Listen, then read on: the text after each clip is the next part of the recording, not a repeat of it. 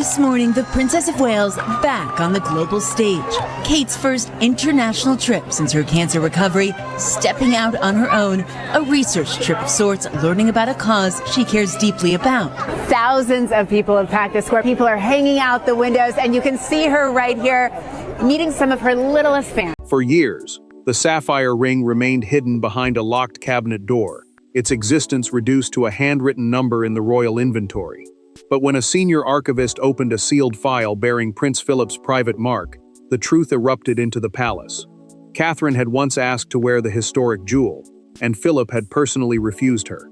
It was not an oversight, it was a deliberate decision, and the reason reached far deeper than anyone had imagined. Before we go deeper into what this really means for the royal family, make sure to subscribe so you don't miss a single update. Eleanor Harcourt sensed the danger before she finished reading.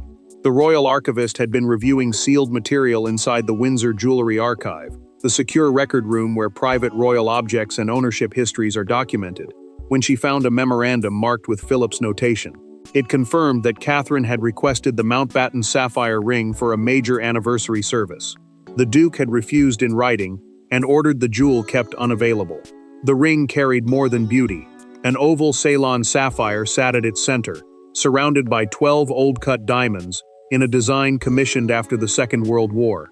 Unlike pieces in the Crown collection, the historic jewels managed for official royal use, this sapphire remained a private family object. Its power came from the promise attached to it within the family itself. Catherine read the copied memorandum once, then again. Surprise tightened into hurt as she understood that Philip had not overlooked her request or delegated the decision. He had considered it himself. The man whose approval she valued had weighed her wish and said no. William watched her place the paper down with deliberate care. The prince knew she was not grieving over possession. She was facing the possibility that his grandfather had judged her unready for a symbol she believed honored service, sacrifice, and continuity. Her silence said more than anger could. Eleanor pointed to the line that changed everything. Not for presentation. Not yet. The purpose of this ring has not been fulfilled. Philip's words were not final. They were conditional. Behind the refusal stood a plan, a recipient, or a test Catherine never knew existed. Then the archivist revealed the deeper breach. A numbered second page was missing. William asked who had accessed the file last. Eleanor answered. His face hardened, because the name belonged to someone who still held influence inside the royal household. The discovery had exposed Philip's refusal, but before William could confront the person who disturbed the file, Catherine needed to understand why one sapphire had mattered so deeply to every member of the family. The ring was never merely something Catherine wished to wear. To her, it represented acceptance from a generation of royals who rarely expressed affection openly. To Philip, however, the sapphire carried a promise made long before she entered the family. Their desires were not selfish, yet they could not coexist. One wanted to honor the past by bringing the jewel into public life. The other believed honor demanded that it remain untouched. Catherine had learned to read Philip through small gestures. He respected her discipline, her refusal to complain, and the way she carried duty without asking for praise. His approval rarely arrived in speeches. It came through a clipped remark, practical advice, or a brief smile that told her she had passed. The memory returned sharply. Before a Commonwealth reception, a formal gathering for representatives from nations linked through the Commonwealth, Catherine had joined a private review of family jewelry. She saw the dark blue stone. Inside the band, a tiny engraving read, "For courage without applause." Those words stayed with her, because they seemed to describe the burden carried by royal spouses, who served beside sovereigns, without holding the crown themselves. Catherine told William she had never asked to own the ring. She wanted permission to wear it once during an anniversary service honoring those spouses and their unseen sacrifice. Philip's refusal had cut deeper than disappointment. To her, it felt like a rejection of the tribute itself. William remembered defending his grandfather. He had told her that Philip disliked emotional symbolism and probably considered the sapphire unsuitable. Now shame settled over him. The memorandum proved the decision had been personal, and he realized he had dismissed her pain when she needed him to understand it. Eleanor Harcourt disclosed what the archive records showed. 48 hours after Catherine viewed the jewel, Philip removed it from the standard rotation list, the schedule used to decide which family pieces could be offered for official occasions. He had not left the task to a jeweler, an equerry, or the queen's dresser. Then came the contradiction. Eleanor found a repair receipt showing that Philip had ordered the band resized to Catherine's exact measurement shortly before refusing her request. He had prepared the sapphire to fit her, then made certain she could not wear it. Catherine stared at the date on the receipt.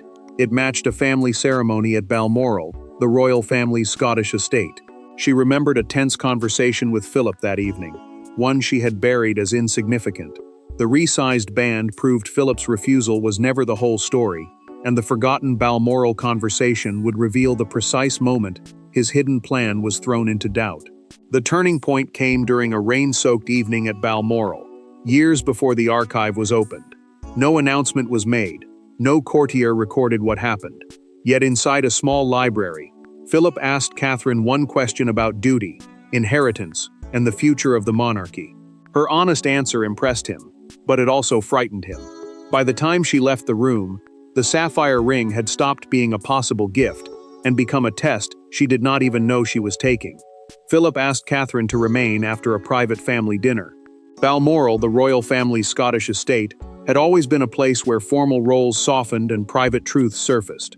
Once the others had gone, he placed a small photograph of the sapphire ring on the table and asked what should happen to personal royal jewels after their owners died.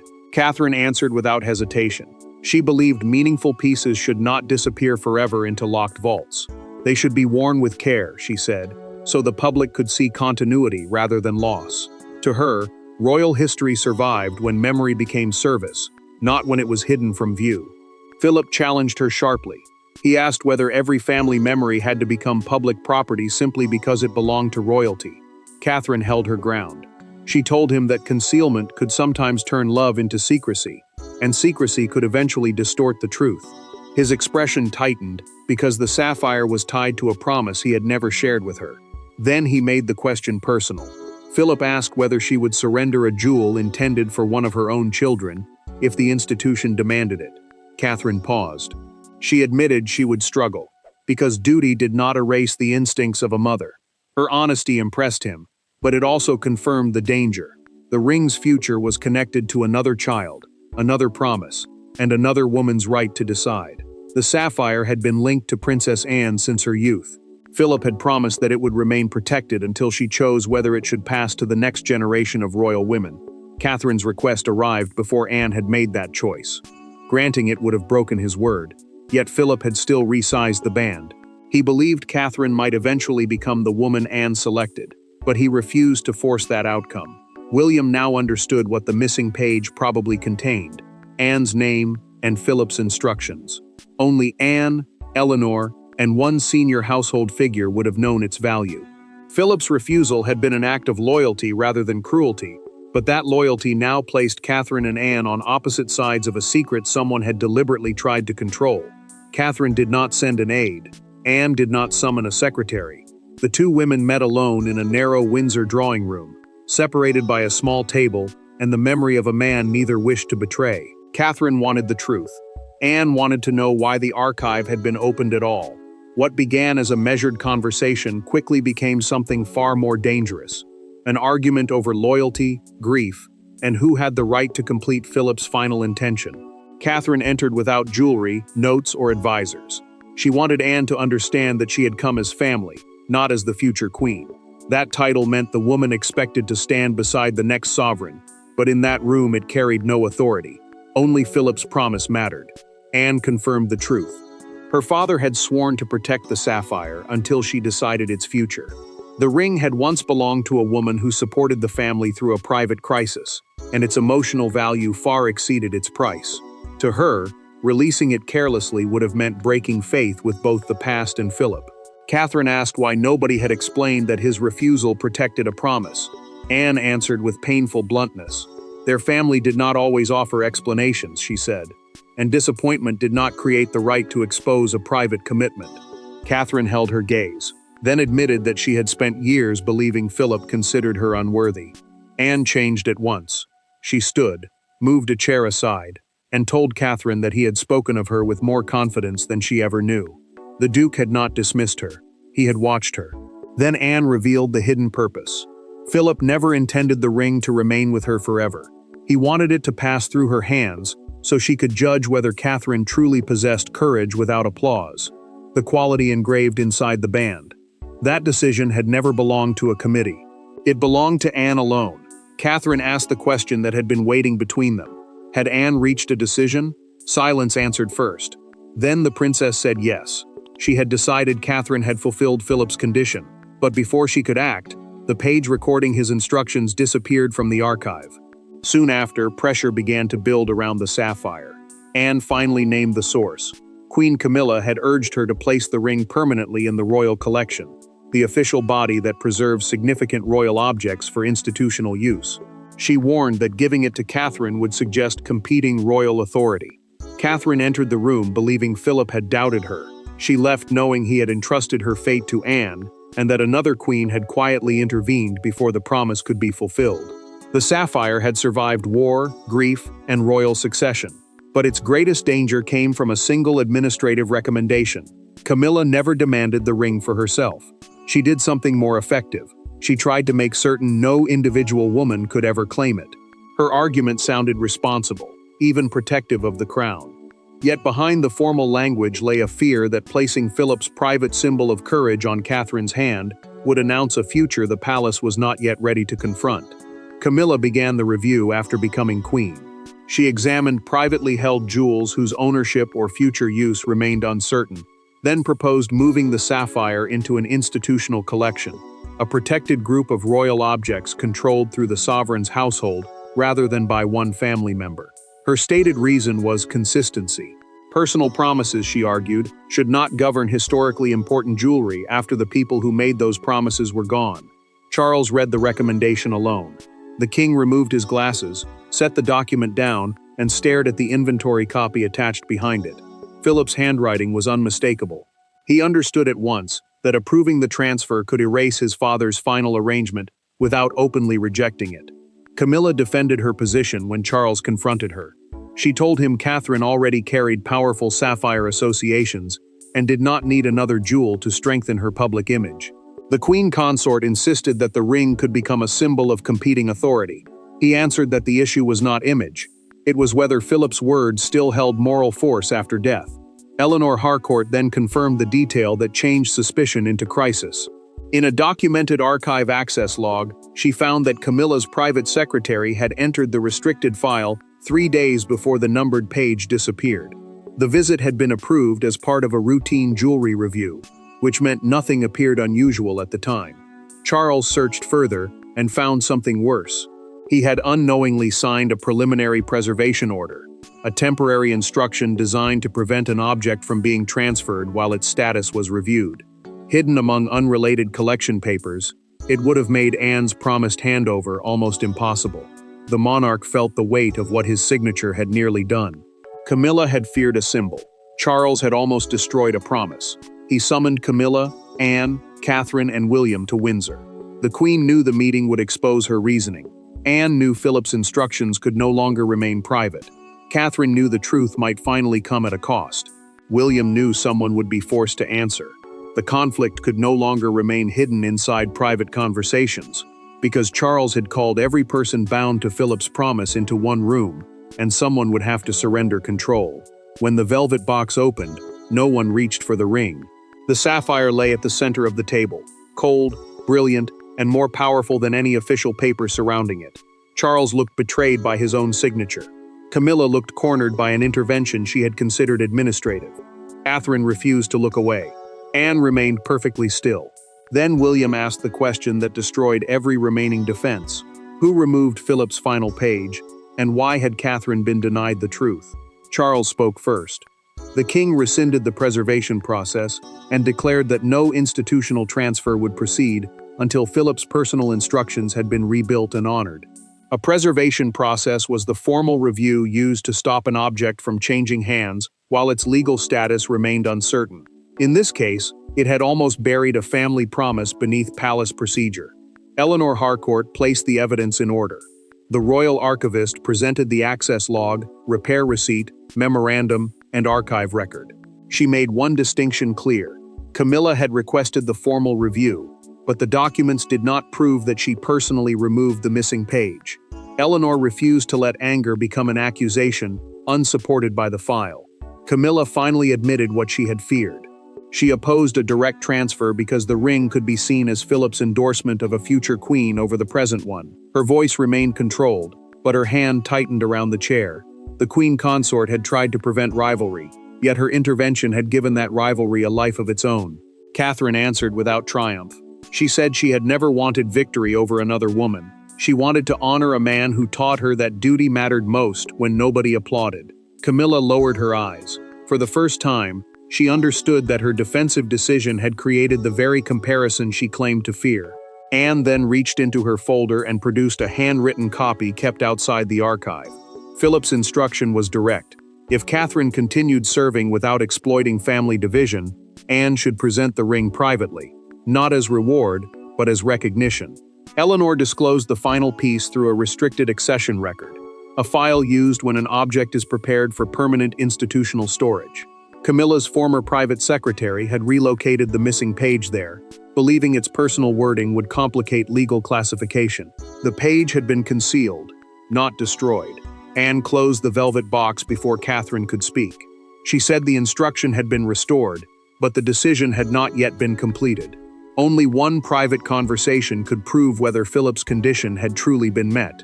The missing truth had returned, and Camilla's intervention had been exposed. Yet the sapphire still belonged to no one, because Anne alone had been asked to judge Catherine's courage. There were no officials in the room when Anne made her decision. No inventory clerk stood ready to record the transfer. No photographer waited beyond the door. She asked Catherine to meet her inside the same Balmoral library where Philip had once tested the future princess. On the table sat the closed velvet box, but Anne did not open it. First, she needed to hear whether Catherine still wanted the sapphire now that longing for it had caused so much pain. Anne spoke without ceremony. Philip had never intended the ring to become a prize displayed as proof of rank. He believed its recipient should understand the meaning deeply enough to accept it without using it to claim status. The transfer, a formal change of personal ownership, mattered because it would turn a private promise into a lasting family decision. The princess then shared the history Philip had guarded. The sapphire's original owner had worn it during private visits to wounded servicemen, then removed it before official photographs. She wanted the comfort to matter more than the recognition. That quiet service gave meaning to the words engraved inside the band, "For courage without applause." Catherine admitted that she once wanted to wear the ring publicly because she believed visible symbols preserved memory. Now she understood something harder. Some legacies survived not through display, but through conduct nobody recorded and sacrifice nobody celebrated. Anne asked whether Philip's refusal still wounded her. Catherine answered honestly. The pain had not vanished, but it no longer felt like rejection. She regretted that neither she nor the Duke had found the words to understand the other while he was alive. Silence had protected the promise, yet it had also created years of unnecessary hurt. Catherine then placed the choice back in Anne's hands. She would accept the sapphire only if the princess truly wished to release it. A dead man's instruction, she said, should never become a living woman's burden. The answer changed everything, because it proved the ring was no longer something she needed to possess. Anne opened the box. She took Catherine's hand and placed the sapphire onto the finger Philip had ordered it resized for. The band fitted perfectly. Anne told her that he had prepared the ring because he expected Catherine to pass the test long before she knew any test existed. The two women agreed that the transfer would be announced honestly. The palace would acknowledge Philip's refusal, Anne's responsibility, and the years of misunderstanding. The truth would cause a storm, but neither woman would allow it to be reshaped again. The sapphire had finally reached the hand Philip prepared for it, but the private resolution would soon become a national reckoning over what his refusal and Anne's final choice truly meant. The palace expected interest. It did not expect the photograph to dominate the country within minutes. Catherine stood beside Anne at a small veterans' reception, the dark sapphire visible on her hand but neither woman drawing attention to it. Once the official explanation was released, the image became something larger than a jewelry story.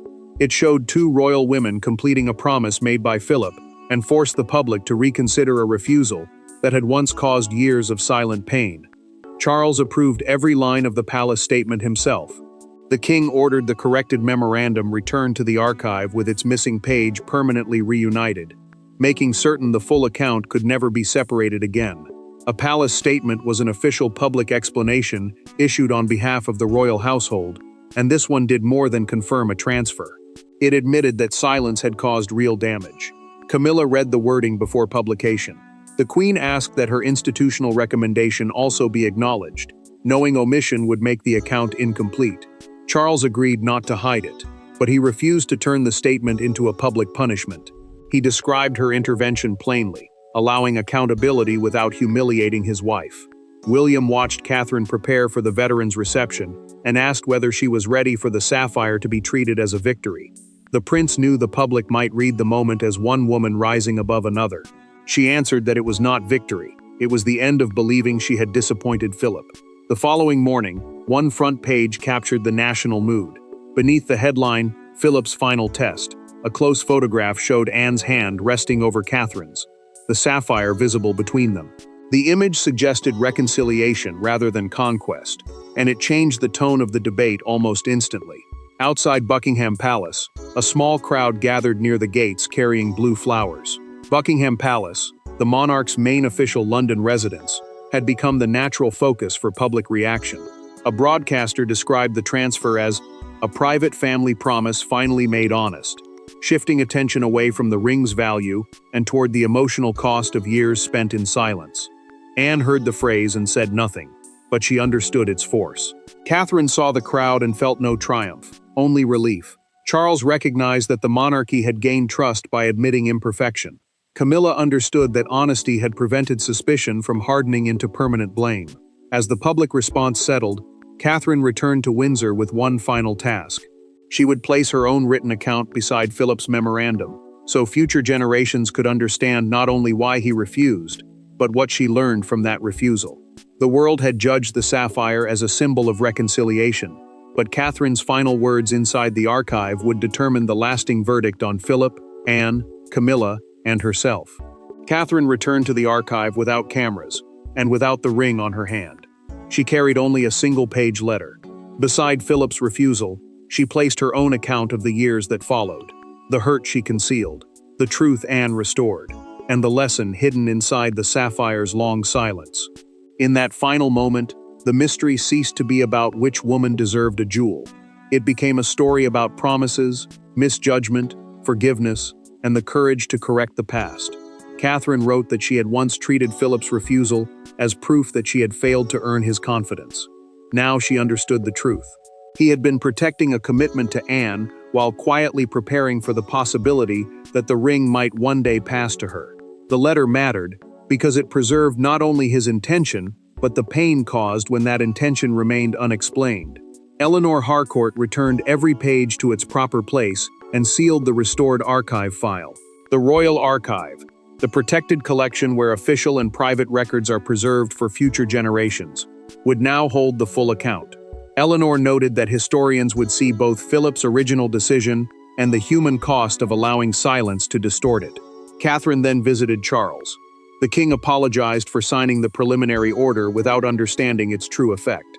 He admitted that palace systems could turn private loyalty into institutional cruelty when documents were allowed to matter more than people. She accepted his apology because he had chosen to correct the mistake openly rather than hide behind procedure. Camilla also requested a private conversation. The Queen acknowledged that fear had shaped her judgment and that she had treated Catherine's future as a threat to her own position. Catherine did not pretend the intervention caused no damage, but she accepted the apology. She refused to let the sapphire become a permanent weapon between them. Anne confirmed that Catherine could wear the ring whenever she wished. Yet she decided its first public appearance would remain the veterans' reception, where the princess presented it. She would not repeatedly display the jewel as proof of Philip's approval. William finally understood the engraving. Catherine had shown courage without applause long before receiving the sapphire. She had continued serving through years when she believed it had been withheld because she was unworthy. The verdict was clear. Philip's refusal was not rejection. Anne's delay was not jealousy. Catherine's longing was not vanity. Camilla's interference was a fearful mistake that had to be confronted. By restoring the promise honestly, the family turned a hidden wound into accountability.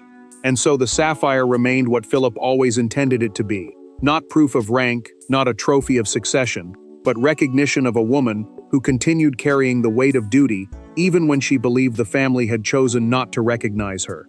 Thanks for watching. Please don't forget to like and subscribe, and we will see you in next one.